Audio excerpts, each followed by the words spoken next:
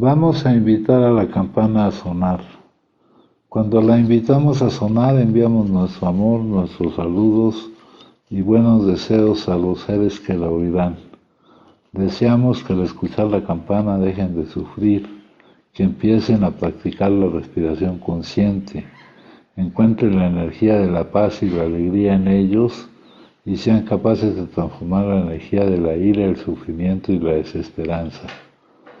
Por eso invitar la campana a sonar y enviar su sonido para que la gente a nuestro alrededor pueda oírla es una acción sumamente compasiva. No podemos hacerlo sin poner todo nuestro corazón en ello.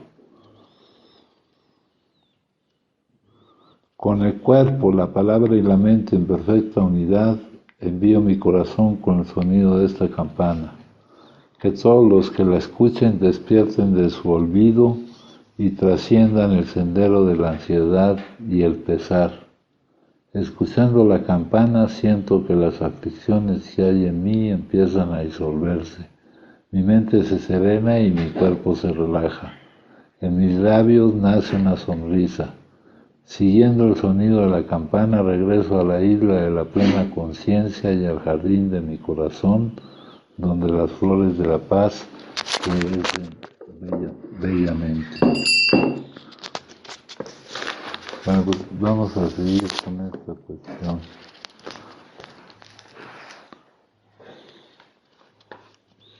Aquí en el prólogo del libro dice: somos más de un centenar de hombres y mujeres quienes nos hemos recuperado de un estado de mente y cuerpo aparentemente incurable. Entonces, aquí, compañeros, ha surgido hasta una controversia. Tal vez lo que nos quieren decir aquí es que estas personas, con el tiempo que llevaban, esto fue escrito en 1937 y publicado en 1939, y con el tiempo que llevaban sin consumir, ellos consideraban que estaban recuperados. Muchas veces se considera que uno está recuperado de una enfermedad cuando ya se alivió la enfermedad, cuando ya no se presentan los síntomas. Ese no es el caso de un estado de mente y cuerpo aparentemente incurable. No aparentemente, es incurable. Entonces nunca va a poder decir un adicto que está recuperado. Eso les queda claro, ¿verdad? Ningún adicto va a poder estar recuperado definitivamente. Aquí este libro se iba a llamar La Salida, significando la salida de nuestra situación de impotencia, de no poder no consumir. Y aquí ponen un pretexto por el cual le pusieron Alcohólicos Anónimos. El pretexto es porque eran muy pocos para atender el gran número de solicitantes que han de resultar de esta publicación, pero eso nomás fue un pretexto, porque no pudieron ocupar el nombre de La Salida, porque ya estaba ocupado, ¿no? Esto es hablando de Alcohólicos Anónimos. Alcohólicos Anónimos tiene una importancia en que es como una introducción donde señala puntos claves para lo que necesita el adicto para controlar su enfermedad. Es un libro de psicoterapia espiritual y es un compartimiento de experiencia, fortaleza y esperanza, pero es como una introducción, o sea, fue lo que surgió. Se agruparon de alguna manera estos alcohólicos y lograron involucrar en esa agrupación algunos de los elementos que son necesarios para el control de la enfermedad. El libro empieza con la opinión del médico, y aquí nos narra el caso de una persona que atendió en 1934, era Bill W., que se considera como uno de los cofundadores de la comunidad, de la agrupación de Alcohólicos Anónimos. Como parte de su rehabilitación, empezó a dar a conocer sus conceptos a otros alcohólicos, inculcándoles la necesidad de que ellos a su vez hicieran lo mismo con otros. O sea, parte de su atención se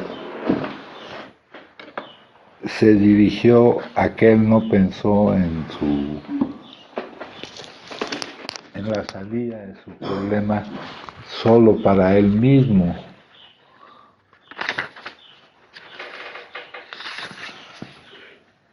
Aquí nos dice, sin la oportunidad de olvidar nuestros propios problemas, ayudando a otros a solucionar los suyos, muchos de nosotros con seguridad pereceríamos. Esto es el corazón de Alcohólicos Anónimos, es la sangre que nos da vida, pero ayudándolos a resolver sus problemas en cuanto al consumo, no en cuanto a otro tipo de cosas, no en cuanto a andarse prestando dinero, ¿verdad? Porque pues si tú prestas dinero y sabes que no te lo van a pagar, pues ¿para qué te molestas? ¿Cómo se prestan dinero entre personas que no tienen dinero? Ahorita Ernesto ya tuvo que ir a tratar de recuperar su dinero y el otro no creo que tenga tampoco mucho dinero para pagarle. Y se va a molestar porque no le pagaron, ¿no? Si tú prestas dinero a alguien que no sabe, que sabes que no te va a pagar, pues la culpa es tuya, amigo. Entonces, ayudar sus propios problemas, pero en los que se refiere al consumo. Entonces, esto fue parte de su rehabilitación. Empezó a dar, el extender este movimiento, el compartir su experiencia, la experiencia que había tenido en el consumo y la experiencia que estaba teniendo, los instrumentos que estaba utilizando para superar su situación de no poder no consumir. Bill W., pues ustedes han visto la película de Bill W., era un alcohólico crónico, ¿no? Si ahí en esa película se ve las cosas que hace en el consumo, ¿no? Tenía un alcoholismo ya bastante avanzado. Luego aquí, este médico era el director de un hospital para el tratamiento de las adicciones. Dice aquí, el médico da su opinión sobre la comunidad que se estaba formando. Dice, y en esa opinión, primero era una opinión cortita, que es la primera página y un pedacito de la segunda, dice, en esta confirma que los que hemos sufrido la tortura adictiva, ¿verdad?, el vivir la adicción activa, el estar en el ciclo adictivo que vimos ayer, es en realidad una tortura. Cualquier adicción nace del dolor y termina con dolor. Eso lo saben los adictos. Hay un libro también hay libros sobre eso de terapeutas que no son adictos y dicen por ejemplo, que es una enfermedad que produce placer a corto plazo y dolor a largo plazo, y eso es mentira. Nunca produce placer esto del consumo. Dice, no podíamos controlar nuestra manera de consumir, y aquí yo le añado que no podían, el no poder controlar la manera de consumir se da después de que se inicia el consumo. Entonces no podían no iniciar el consumo y por lo tanto no controlar su manera de consumir, y aquí da varios motivos, porque estaban desadaptados de la realidad. Eso es estar esperando a que la vida se adapte a ti. Ya en el número 1 de Como lo ve Bill, ayer leímos que las circunstancias que creían que las circunstancias los impulsaban a consumir, que nunca se les ocurrió pensar que los que tenían que cambiar eran ellos para hacer frente a las circunstancias, a las condiciones, dice aquí. Nunca se les ocurrió que tenían que adaptarse. Y aquí viene una de las definiciones de las causas de la adicción: la intolerancia a la frustración, ¿no? El no tolerar que las cosas sean como uno quiere, ¿no? Y las cosas no tienen por qué ser como uno quiere, porque uno no es el que tiene el control de lo que sucede, ¿verdad? Pero ¿cómo se sienten ustedes? No cómo se sienten, sino cómo reaccionan cuando las cosas no son como ustedes quieren. Reaccionan consumiendo, ¿verdad? Reaccionan, algunos me lo describen con que se sienten ansiosos, otros me lo describen con que ya no soportan, y no soportan sin consumir. Eso lo hemos visto aquí una y otra vez. ¿Por qué? Porque las cosas no son como uno quiere, porque la vida de uno, el entorno, las circunstancias no están siendo como uno quiere. Por eso surge la necesidad de consumir, no el querer consumir, sino una necesidad que no depende de su decisión ni de su voluntad, una necesidad de consumir que es precisamente la manifestación de la enfermedad, la negación a vivir, esa emoción que te produce a ti que las cosas no sean como tú quieres que sean, ¿no? Como tu vida no es, como tú no estás donde quisieras estar, como no estás con las gentes que quisieras estar, como no estás en la situación en que quisieras estar, entonces surge en ti la necesidad de consumir. Pero eso pasa de una forma o de otra. Más adelante dice que el adicto está inquieto, irritable y descontento. Si tú le preguntas a alguien por qué está inquieto, irritable y descontento, se puede decir que porque no está pasando tal cosa que él quisiera que pasara. Pero también te puede decir que porque está pasando esa cosa que antes lo tuvo inquieto, irritable y descontento. Esa es la enfermedad de la adicción, compañeros. Si no se entiende algo, me dicen, para que vean que fuera de su control está. Aquí no es cosa de que me digan, no, si yo ya no quiero consumir, ya me cansé. Tú me dijiste, no, ya estoy cansado, como si eso bastara. Lo que se requiere es un cambio en ti, ¿no? En primer lugar, que te adaptes a las circunstancias. Las circunstancias no están hechas en función, no se presentan en función tuya, se presentan en función del todo. Y no en la vida las cosas van a ser como nosotros queremos siempre. Y nosotros hemos reaccionado a la vida cuando no son así, consumiendo, ¿sí, Cristo? Yo quisiera saber, ahorita que estás hablando de eso, con respecto a... También he dejado de pensar que yo he vivido mi santa voluntad, ¿no? Como en algún momento pensé. ¿Qué? Que yo hoy he dejado de pensar que he vivido mi santa voluntad, ¿no? O que he vivido la vida como yo he querido, porque me he dado cuenta que no. No, precisamente como no ha sido como has querido, por eso has consumido. Porque tú no has querido consumir. Eso es lo que no ha quedado claro. La cosa es que, por ejemplo, ahorita con respecto a esto que nos estás hablando, también nos has hablado con respecto a los contenidos de la vida. Entonces hoy creo que los contenidos de la vida van a seguir siendo como son, ¿no? Tú también nos has enseñado que muchas veces el ser humano pretende a través de una oración que las cosas externas cambien, cuando el que tiene que cambiar es uno, ¿no? Porque a final de cuentas las circunstancias van a seguir siendo las mismas. Sí, acá. Yo veo las cosas de diferente, o si no tengo ese cambio, pues no va a servir de nada. Sí. Yo la otra vez estaba viendo una película, padrino, y en la película mencionaban, cuando uno le pide a Dios valor, no te va a hacer más valiente, sino te va a poner las circunstancias en las que puedas poner en práctica valor. Y así pone así varios ejemplos, que creo que va de la mano con esto que estás hablando, ¿no? A ver, permítanme un segundo. Aquí dice el poder de la oración. Dice, no debemos pensar que oramos para que Dios satisfaga nuestros deseos o para hacerlo cambiar de opinión. No lo vamos a conmover con oraciones en las que usemos palabras bonitas o elocuentes. Nada de eso.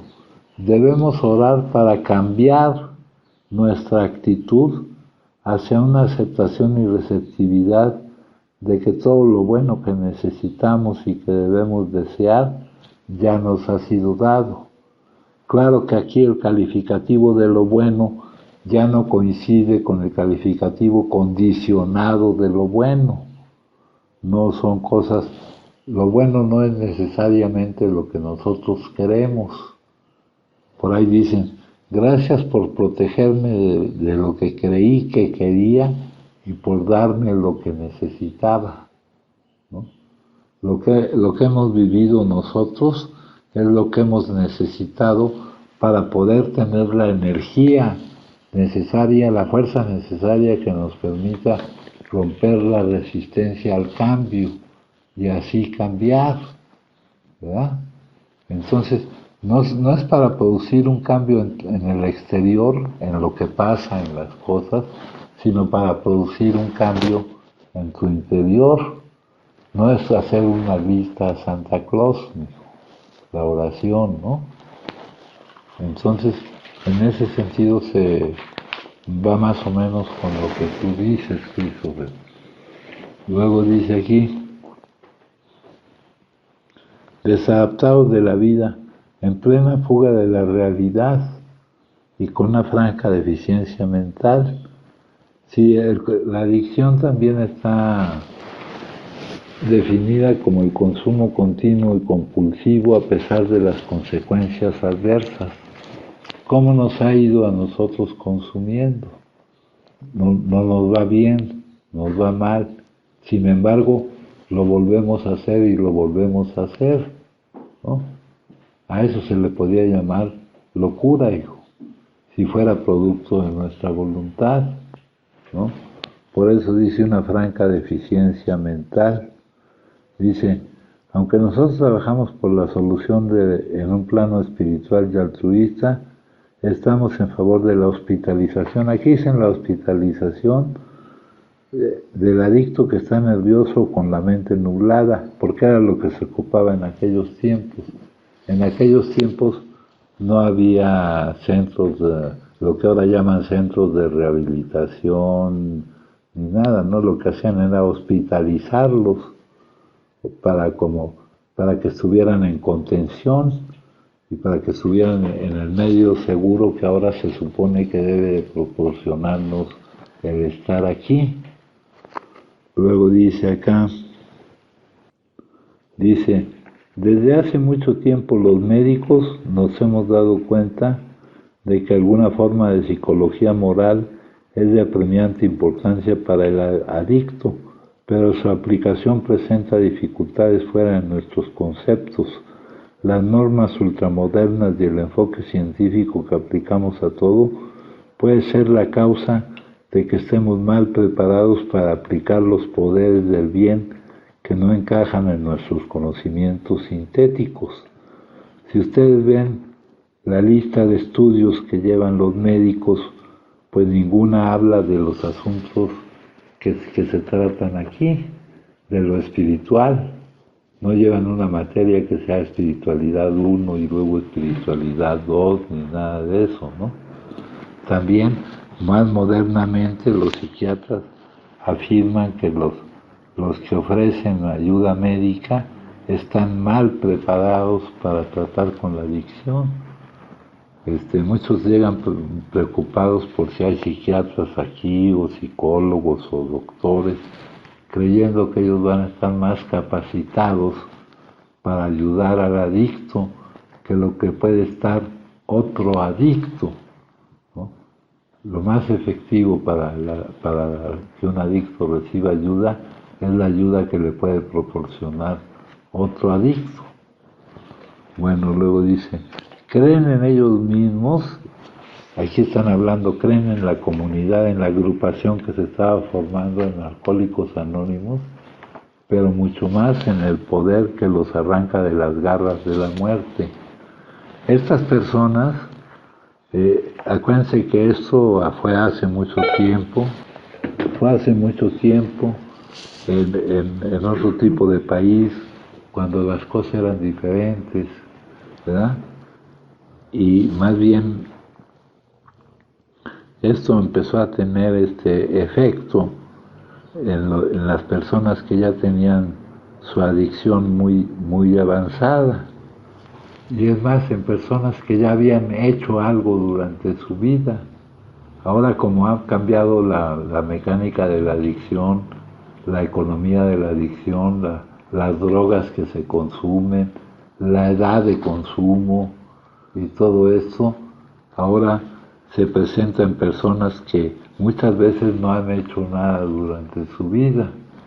Entonces aquí dice que los médicos sí sabían lo que se necesitaban. Esto nos lo dice en esta parte y también nos lo dice en el capítulo 2. En el capítulo hay una solución donde nos dice, donde le preguntaron, esto nos lo dice el doctor Silworth y esto nos lo dice otro gran psiquiatra, los dos, el doctor Jung, nos dice, cuando le preguntaron si no había ninguna excepción, dice, sí, le contestó al médico, sí las hay, las ha habido desde tiempos remotos aquí y allá, de vez en cuando algunos alcohólicos adictos han tenido experiencias espirituales vitales. Para mí estos casos son fenómenos, por lo raro, parecen ser de la naturaleza de enormes desplazamientos y reajustes emocionales. Las ideas, emociones y actitudes que fueron una vez las fuerzas directrices de las vidas de estos hombres han sido desechadas y un conjunto completamente nuevo de conceptos y motivos empezó a dominarlo. Yo he estado tratando de producir dentro de usted un arreglo emocional de esta índole. He empleado estos métodos con muchos individuos, con otro tipo de locos, pero no con los adictos. Pero nunca he tenido éxito con un adicto de sus características. Entonces los médicos sí sabían lo que necesitaban, pero no podían proporcionárnoslo. Entonces dice aquí, están en favor de la contención del adicto, de que se someta a un periodo de introspección, de ver en realidad, su vida, de empezar a revisarse él mismo. Dice, necesita ser liberado del anhelo imperioso, o sea, de la compulsión física. Esto requiere la hospitalización para poder obtener el máximo del beneficio de las medidas psicológicas. La acción de la sustancia en estos adictos es la manifestación de una alergia. El deseo imperioso, o sea, la alergia, esa pérdida del control de la cantidad que se consume y de la forma en que se consume, eso de que cuando un adicto empieza a consumir no puede parar, ¿verdad? No solo se presenta en esta clase de consumidores, porque no todo el que consume es adicto. No se presenta en los consumidores moderados y en los consumidores excesivos. Estos todavía pueden acudir a su voluntad. Dice, estos tipos alérgicos nunca pueden usar sin peligro la sustancia, nunca pueden consumir la sustancia. Tú no sabes qué te puede pasar cuando consumes. Porque un adicto, cuando se le presenta la necesidad de consumir o la necesidad de seguir consumiendo, es capaz de hacer literalmente cualquier cosa, cosas que no están controladas por tu voluntad, ¿no? Puedes matar a alguien, te pueden matar, y aparte, como esto te lleva a la intoxicación, tú no puedes funcionar correctamente estando intoxicado, no puedes funcionar. tu discurso, lo que hablas, lo que dices, no puede estar bien elaborado. Las cosas que hacen van contra las cosas que tú harías si no estuvieras intoxicado, como robar, ¿verdad? Como matar, o por estar intoxicado como tener accidentes, como chocar. Entonces, nunca pueden usar sin peligro. Cuando ya han adquirido el hábito y se han percatado de que no pueden liberarse de él, cuando ya han perdido la confianza en las cosas humanas y en ellos mismos, sus problemas se complican y se vuelven imposibles de resolver, ¿no? Aparte del problema del consumo, está todo lo que viene con ello. El problema de que pierdes los empleos, el problema de que te enfermas, tu salud sufre daños, el problema de que pierdes tu familia, el problema de que pierdes tus oportunidades en la vida. Entonces sus problemas se complican y se vuelven imposibles de resolver. Si la vida sin esos problemas no la podíamos vivir, ahora imagínense con estos problemas más, pues con más ganas vamos a reaccionar a la vida consumiendo, ¿no? Cuando te quedas sin trabajo, cuando pierdes tu familia, aquí alguien ha perdido a su familia, ¿verdad? Aquí alguien no puede estar con su familia, ¿no? Y eso te hace que haya más necesidad de consumir. Sus ideales, los ideales es algo muy amplio, es lo que te guía, lo que te sostiene, tienen que cimentarse en un poder superior. Aquí hay un truco, lo que te están queriendo decir que no tienen que cimentarse en ti, en lo que piensas, en lo que crees, en lo que crees que sabes, ¿no? Si tú crees que sabes, tienes menos oportunidad de aprender. Y muchos de aquí llegamos aquí creyendo que sabemos cómo es la vida y cómo hay que vivirla. Y eso nos obstaculiza para aprender lo que aquí tenemos que aprender, que es todo completamente distinto a como creíamos, ¿no? Nos creíamos, aquí el que se cree muy listo se pasa de pendejo, ¿no? Aquí el que cree que engañando a alguien o haciendo algo indebido, y si no lo descubren o algo, cree que fue muy listo y en realidad se está dañando él mismo. Dice, no pueden después de algún tiempo distinguir la diferencia entre lo verdadero y lo falso. Les parece que su vida en la adicción es la única normal, ¿no? Muchos creen que todos, yo creía que todos los que consumían conmigo eran adictos, no me daba yo cuenta que ellos consumían de otra manera, que a ellos no les estaba causando un continuo y progresivo problema en cualquier área de su vida. Después de mucho tiempo me vengo a encontrar con compañeros de consumo que no eran adictos, eran o bien consumidores fuertes o consumidores moderados. Dice aquí, están inquietos, irritables y descontentos hasta que no vuelven a experimentar la sensación de tranquilidad y bienestar que les produce inmediatamente el apurar unas cuantas dosis que ven a otros tomar con impunidad. Después de haber vuelto a sucumbir al deseo imperioso, pasan por todas las bien conocidas etapas de la intoxicación, emergiendo llena de remordimientos y con la firme resolución de no volver a consumir.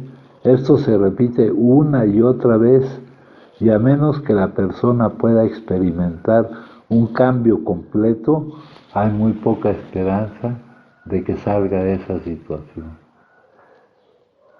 La necesidad que tenemos de cambiar. Y mientras no sepamos en qué tenemos que cambiar, Lo mejor es cambiar en todo, compañero, en todo lo que pensamos de la vida, en todo lo que creemos de la vida, en todo lo que creemos que nos hemos desenvuelto bien en la vida. ¿Se entiende, compañeros? Si gustan compartir, me dicen, y el que no esté de acuerdo también me lo dice aquí.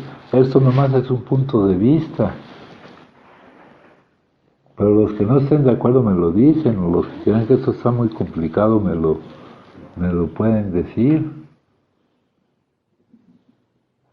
O los que no estén de acuerdo que la cuestión es así también me lo dicen para saber cómo vamos caminando.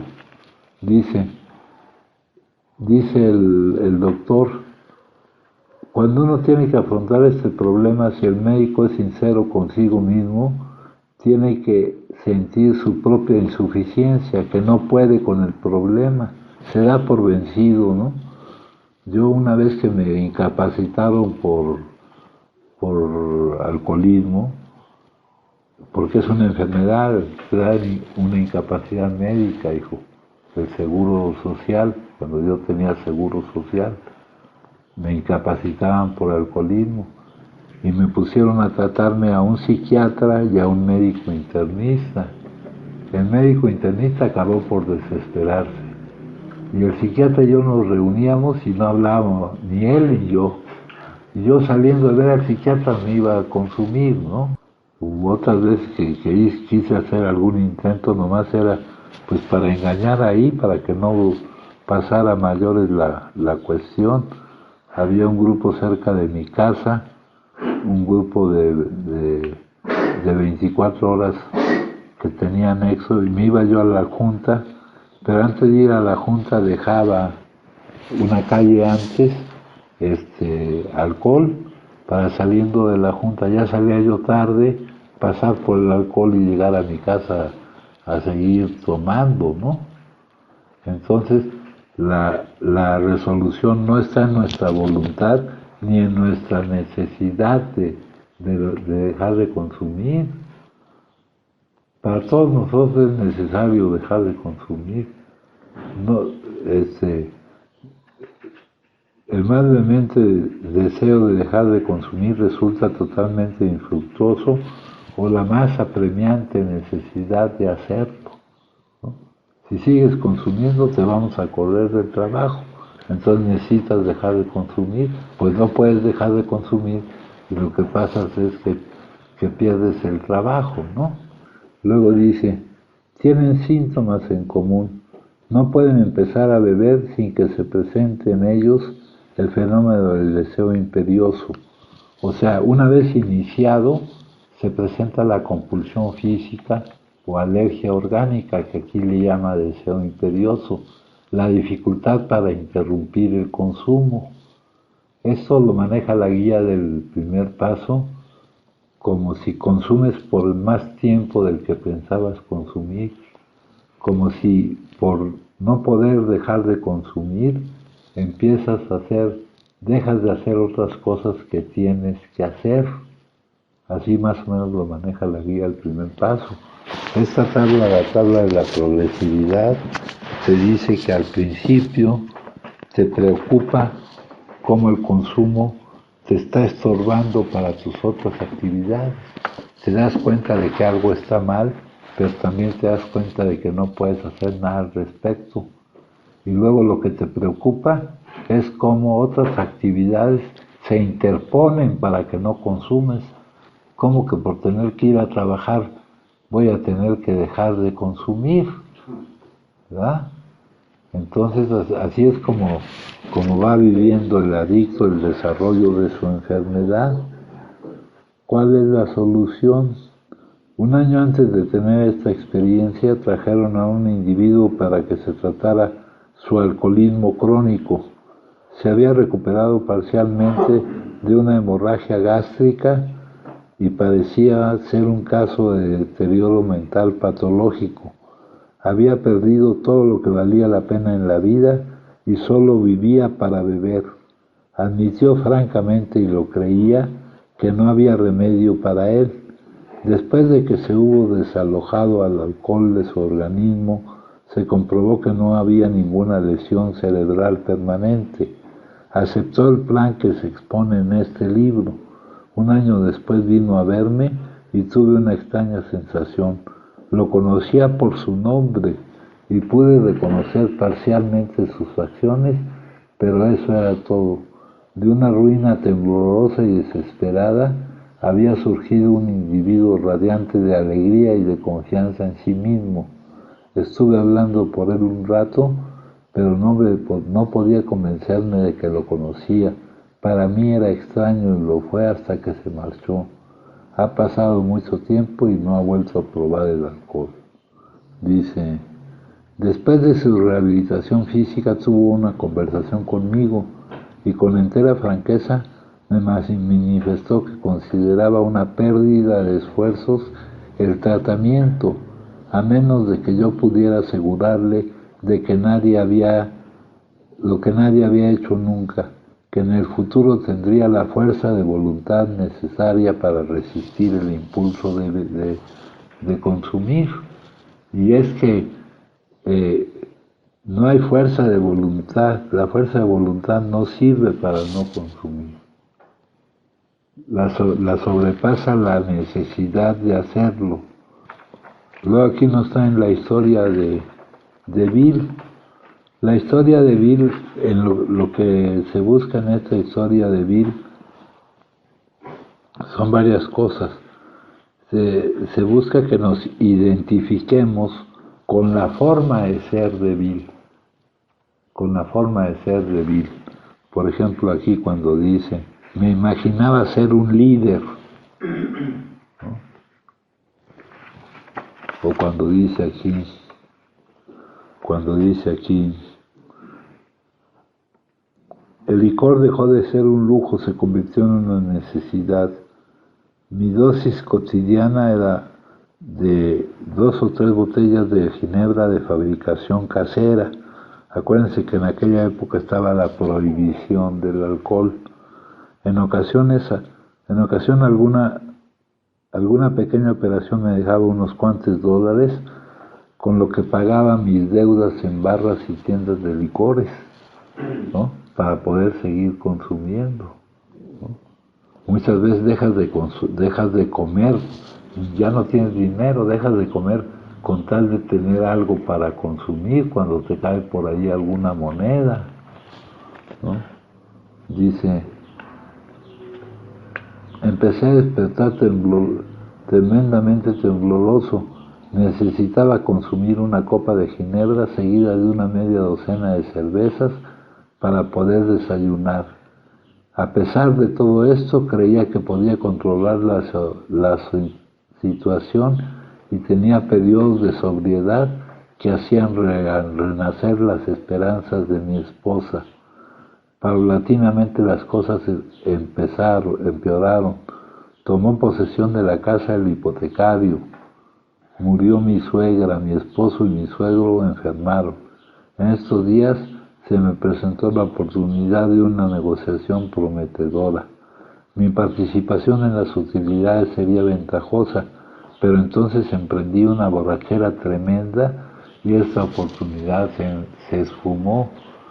¿Te acuerdas cuando me comentabas, Christopher, que habías obtenido un trabajo que estaba bueno, hijo? ¿No? Sí. Pues... De hecho, por eso perdí mi trabajo allá donde me fui. De hecho, le comenté que estaba viviendo en Acapulco y también el trabajo estaba de pelos. Y acá también antes de eso que te habías ido a no sé a dónde, hijo. También perdí, sí he perdido oportunidades. Si logras algo, lo pierdes. Dice, dejaría de consumir para siempre. Anteriormente había hecho muchas promesas, pero esta vez había seriedad en mi actitud. ¿Alguna vez alguien se ha comprometido consigo mismo en dejar de consumir? ¿Ah? ¿Y han podido hacerlo? No han podido hacerlo. Por poco tiempo, pero no duró mucho. No, ya dejar por poco tiempo, dejar hoy y mañana y esperarte hasta pasado mañana, ¿no? Prometo conmigo allá dejarlo, pero digo, al poco tiempo otra vez vuelvo a Sí, hacer lo mismo. sí, hijo. Para que veas que fuera de de tu control y de tu voluntad está la enfermedad. Lo que decíamos ayer de lo vulnerables, de los débiles que están para hacer resistencia a esta enfermedad. La enfermedad, el beber no es una decisión. Para el adicto ha perdido la capacidad de elegir el no beber. Para el adicto el beber no es una elección, no es algo que decida su voluntad.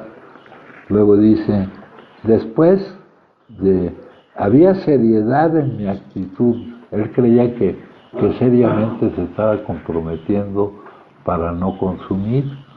Poco después llegué intoxicado a la casa. No había hecho ningún esfuerzo para evitarlo. ¿Dónde estaba mi firme resolución? Alguien me había puesto una copa enfrente y la tomé. ¿Estaba yo loco? Aquí, con este capítulo, lo que se busca es que nos identifiquemos con la personalidad de él, de otro adicto, no tanto con sus circunstancias. Sus circunstancias pueden ser muy distintas a las nuestras, ¿no? Hice otra prueba, pasó algún tiempo y la confianza empezó a ser reemplazada por el engreimiento. Tenía lo que era necesario. Un día entré a un café para usar el teléfono.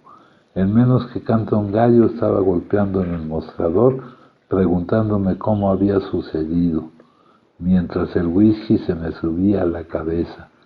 Me decía que la próxima vez lo haría mejor, que por lo pronto lo sensato era intoxicarme bien, y así lo hacía, ¿no? Entonces, el capítulo este tiene el objetivo de que nos identifiquemos en la forma de ser del adicto, ¿no? No hay palabra para describir la soledad y desesperación que encontré en ese Senegal de autoconmiseración. Luego, otra cosa en que nos parecemos aquí, cuando se volvió aficionado al golf. El golf me permitía consumir todos los días y todas las noches. Me causaba satisfacción pasear por el exclusivo campo de golf que tanto admiraba de muchacho, luciendo una impecable tostada que suelen tener los caballeros acomodados. El banquero local observaba con divertido escepticismo el movimiento de grandes cheques. Esto nomás estaba en su imaginación.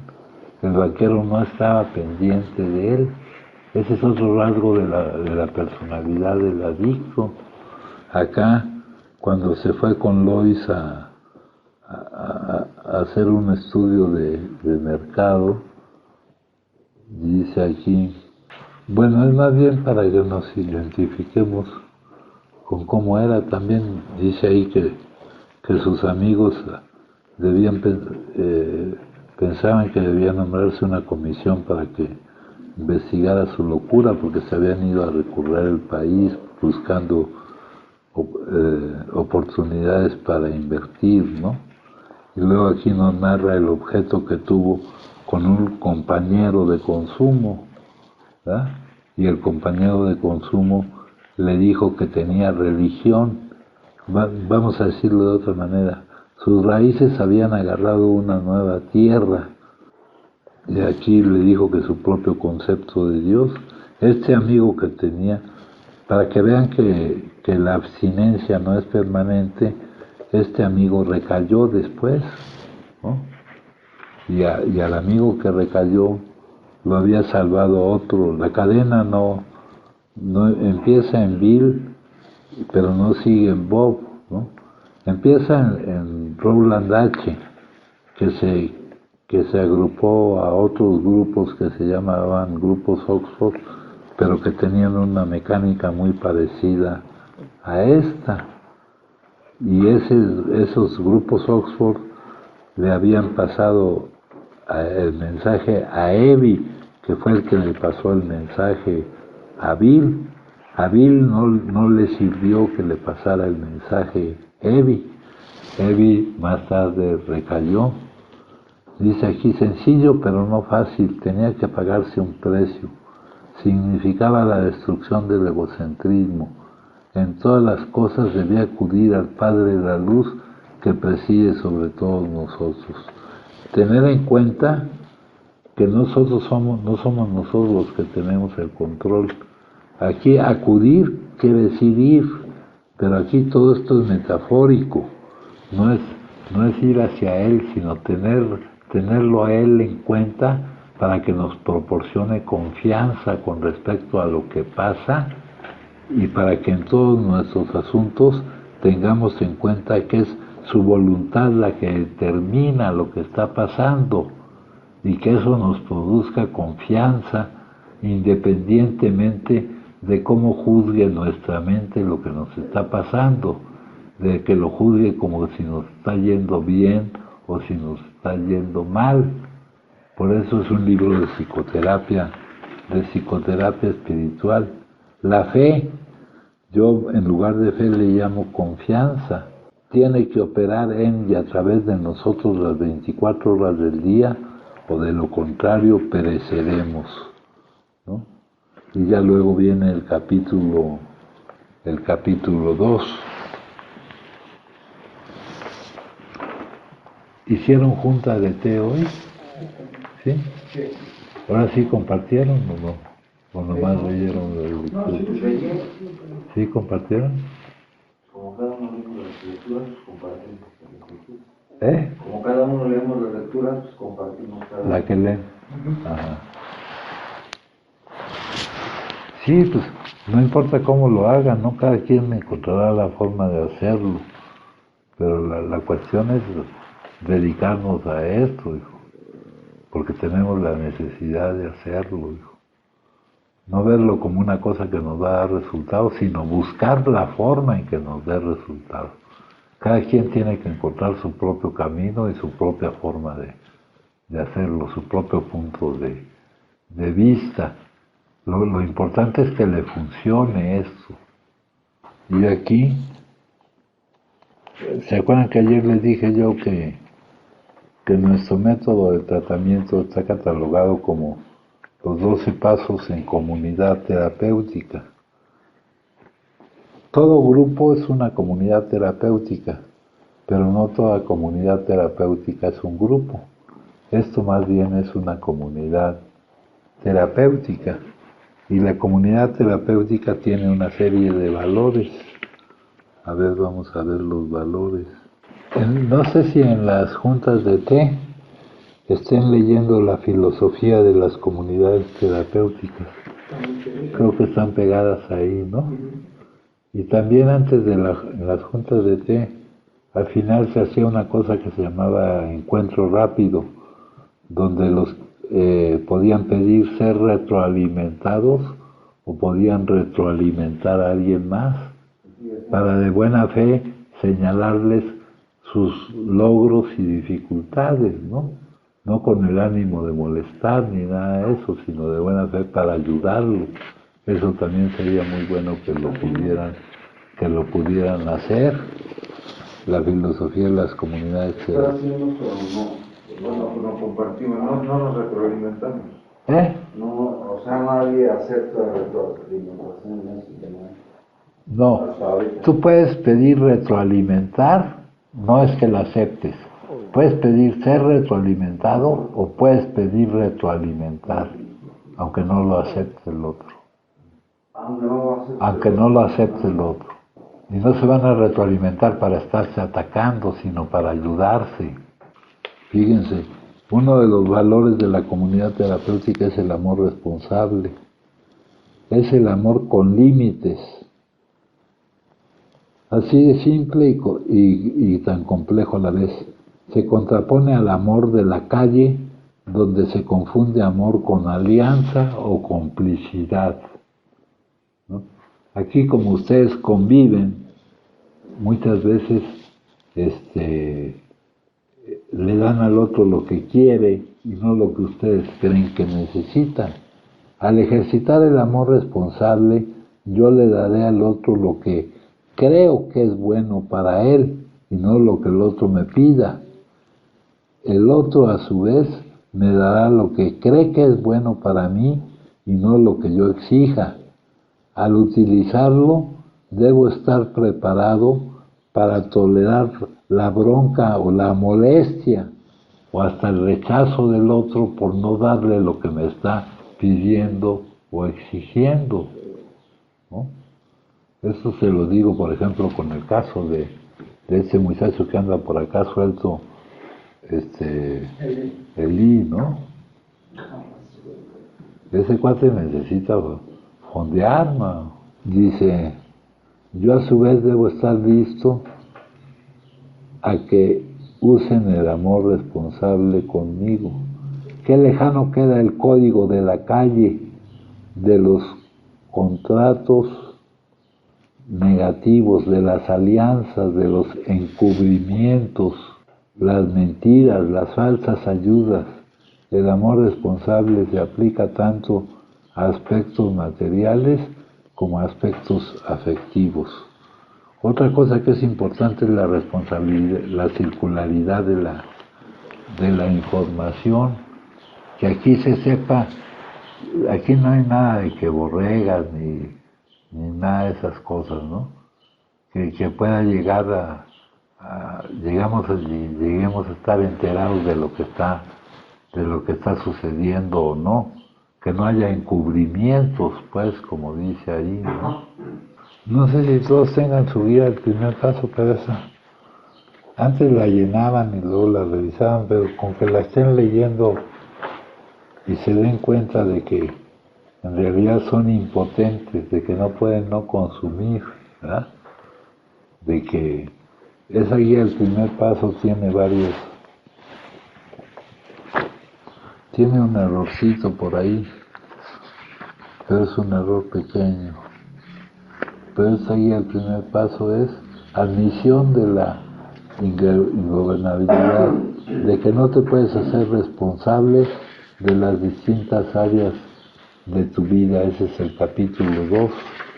Y el capítulo 1, aquí dice, para ver cómo no se pueden hacer responsables de su vida, de sus áreas de vida interna y externa, aquí te dice cómo se cuidan y cómo se dañan esas áreas. Te pone ciertas preguntas y si tú eres honesto tienes que preguntar que sí, que no te puedes hacer responsable de esas áreas de vida, ¿no? Y el primer paso, el capítulo 1, es la admisión de la impotencia, de que no puedes no consumir. Aquí te lo presentan todo. Ya es un poco antigua esta guía, pero es buena. Y esta guía se usa en muchos lugares. La fase de uso, la fase de abuso, las sustancias a las cuales desarrollas tolerancia, el síndrome de abstinencia, la fase adictiva, la compulsión física, la obsesión mental. Entonces, eso les puede leer, les puede servir si de vez en cuando le dan una leidita. Si alguien la necesita, ahí nomás la piden. Y luego el reglamento, que no está aquí, creo que no está aquí, se pasó a otro manual, al de organización. Pero el reglamento, pues hay cosas obvias y hay cosas que ya quedaron muy fuera de tiempo, ¿no? Pero hay otras que deberían de ser obvias. Aquí, por ejemplo, este reglamento es muy flexible. Violaciones al reglamento, pueden haber sanciones, pero también puede haber excepciones. Luego dice, está prohibido el consumo, ¿no? La imagen personal, se hablaba aquí había un compañero que desde que llegaba se la pasaba en pijama. Aarón Parra. ¿No te acuerdas de él? No me acuerdo. Son muchos que han estado muchas veces Lo raro es que no se hayan encontrado, ¿no? No crean que están, luego, antes se prohibía, bueno, la asistencia a las juntas, la puntualidad, el no estar entrando y saliendo, ¿no? Esto tiene mucho que ver con las tradiciones, ¿no? El bienestar común debe tener la preferencia. Y si yo con mis acciones pues interrumpo y desvío la acción, la atención de la Junta y de todo esto, por ahí hay unos reglamentos abreviados, pero vamos a buscar dónde está el reglamento completo, ¿no? Ahorita estamos medio desorganizados, pero cuando supiéramos la hora, por ejemplo, a la hora de los alimentos, hay que estar presente en los alimentos al toque de la campana y estar ahí en la oración, ¿no? Ahora tenemos uno que ya no se levanta a desayunar, pero ese cuate está mal, tiene un trastorno, tiene una psicosis postraumática por un golpe que se dio, ¿verdad? Entonces, ser equitativo no es ser uniforme, no es que todo sea igual para todos, ¿verdad? Cada quien su caso, ¿no? Pero sí procurar pues que esto funcione lo mejor posible, ¿no? Y no creyendo que diciendo lo que otra persona ha incurrido, ha hecho, o no retroalimentándolo para señalarle lo que va logrando o aquello que se le está dificultando, pues eso es una ayuda, ¿verdad? Porque lo que muchas veces no ve uno de uno mismo, lo ven los demás. No es necesario tomarlo como una crítica. Al contrario, es necesario tomarlo como una ayuda, ¿verdad? ¿Alguien gusta compartir algo, compañeros? ¿No? ¿Esteban? ¿Tampoco? Bueno, entonces pues a ver si podemos seguir con esto, ¿no? Sí, padre, no.